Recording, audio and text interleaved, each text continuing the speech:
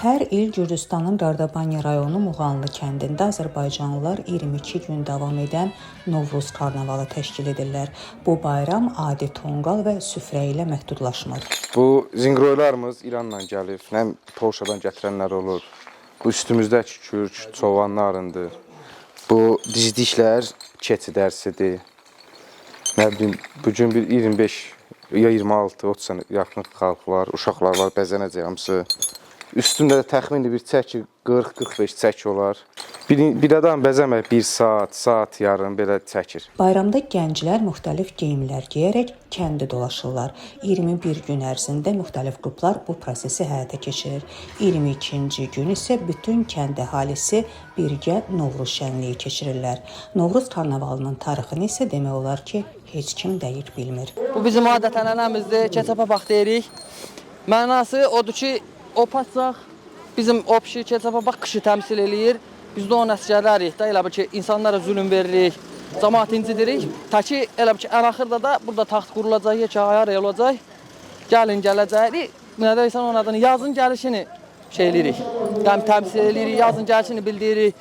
Mənası atlarımız 2 dənə şəxsən özüm, özəllərəm mən at düzətmişəm. 2 dənə də oğlan kömək eliflərimə sağ olsunlar. Atların biri Çoroğlu'nun atıdır, ikisi də. Biri qıratdı, biri duratdı. Həm də atilində olduğumuza görə atilinlə bağlı belə bir simvol yaratmışıq, düzətmişik. 22-sindən sonra başlayır da, əslində yaz bunu bilirsiniz. Martın 22-sindən sonra başlayır yaz. Martın 22-sinə qədər biz belə qış kimi insanlara əziyyət verərək, onlardan şirinlik tələb edərək, yəni ki, yazın gəlişini xəbərdar eləyərək bunu bildiririk. 23-cü günü də burada yekə meydan qurulur, taxt qurulur, hamı qurulur, hamı burada yığılır, bütün kənd bura yığılır.